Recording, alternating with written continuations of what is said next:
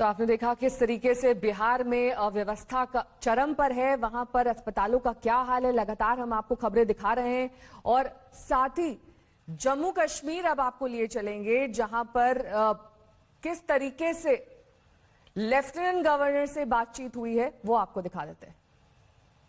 5 अगस्त 2019 को जम्मू कश्मीर का इतिहास बदला था। अनुच्छेद 370 हटाया गया और जम्मू कश्मीर को केंद्र शासित प्रदेश बनाया गया।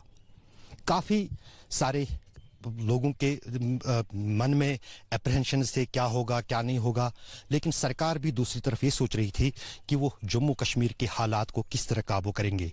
शायद यही कारण था कि प्रधानमंत्री ने अपने सबसे भरोसेमंद सिपाहसालार गिरीश चंद्र मुर्मू जी को कश्मीर का पहला लेफ्टिनेंट गवर्नर नियुक्त किया। हमारे साथ पहली बार किसी टेलीविजन इंटरव्यू में नेशनल चैनल पर लेफ्टिनेंट गवर्नर जम्मू कश्मीर के हैं, क्योंकि 1 साल हो रहा है कश्मीर में जो तारीख बनी थी पिछले साल 5 अगस्त 2019 को। सर, जो आपको सरकार की तरफ से, हम कहें प्रधानमंत्री की तरफ से, जो आपको बागडोर दी गई थी या जो आपको मुश्किल टास्क दिया गया था, किस हद तक आप इस 1 साल में पूरा कर पाए? क्या अड़चनें आपको आई? क्या आप चाहते थे करना, क्या कर पाए और क्या नहीं कर पाए? जैसे कि मैंने आपको बोलना चाहूँगा कि ऐसे कोई अड़चनें नहीं है, सिवाय के कोरोना संक्रमण के कारण से थोड़ा सा तकलीफ हुई है। बाकी सारे काम जिस तरह का आशा रखा गया था उसी तरह काम हो रहा है। यहाँ ग्राउंड लेवल में खास काम था। यहाँ जिस प्रकार का विकास का कामों का तेजी लाना था उसमें काफ़ी तेजी आई है और इस प्रकार का कामों का प्राइम मिनिस्टर पैकेज में जो पीएमडीपी पैकेज के नीचे काम पहले हुआ था उसमें कई गुना अच्छा काम हुआ। पहले राष्ट्रपति शासन से पहले सिर्फ 27% ही काम हुआ था, अभी उसका खर्चा 50% हो गया है। 7 प्रोजेक्ट पूरा हुआ था, अभी लगभग 17 प्रोजेक्ट पूरा हुआ और बाकी काम भी शुरू हो गया। जिस बड़े बड़े प्रोजेक्ट थे, हाइड्रो इलेक्ट्रिक पावर थे 1000 मेगावाट, कुछ इरिगेशन प्रोजेक्ट थे, ये काम भी शुरू हो गया जो बहुत पहले से वो पड़ा हुआ था।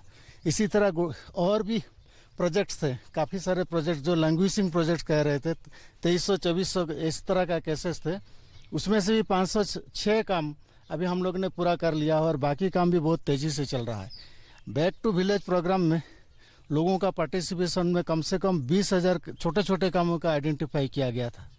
इसमें से भी 6,000 काम पूरा हो चुका है और बाकी भी तेजी गति में चल रहा है। Actually back to village last हुआ था नवंबर में, नवंबर, दिसंबर, जनवरी, फरवरी तक, बाद में कोरोना का संक्रमण आ गया है, फिर भी ये काम चलते रहा। यहाँ पर हम देख रहे हैं कि 1 साल से बच्चे लोग सब घरों में बैठे हुए हैं। एक तो हुआ पढ़ाई जो पूरी तरह से प्रभावित है, उसमें भी इंटरनेट से जो ऑनलाइन क्लासेस देश और दुनिया में चल रही हैं, कश्मीर में वो भी नहीं हो पा रहा है, अभी भी हाई स्पीड इंटरनेट बैन है।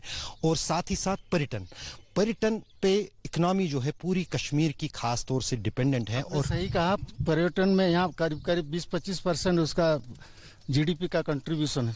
सबसे ज़्यादा खेतीबाड़ी से या कृषि से आ रहा है, कृषि और उसके एक्टिविटीज़ के साथ पर्यटन में भी है। ये संक्रमण के कारण ज़्यादा इसमें असर पड़ा हुआ है। और जैसे बच्चों की बात की है, इसके लिए हमने यूनिवर्सिटी वगैरह में हाई स्पीड ब्रॉडबैंड के लिए व्यवस्था किया था। बच्चों के लिए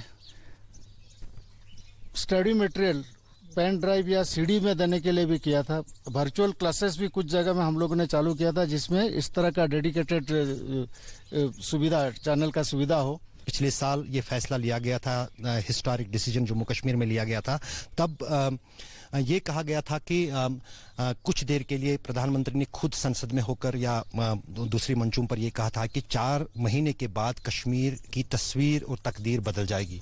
अब 1 साल हो गया, लेकिन अभी भी कुछ लोग जो प्रिवेंटिव डिटेंशन पे लिए गए थे 5 अगस्त को पिछले साल, अधिकतर तो छोड़े गए हैं, लेकिन अभी भी कुछ लोग जो हैं बंद पड़े हैं।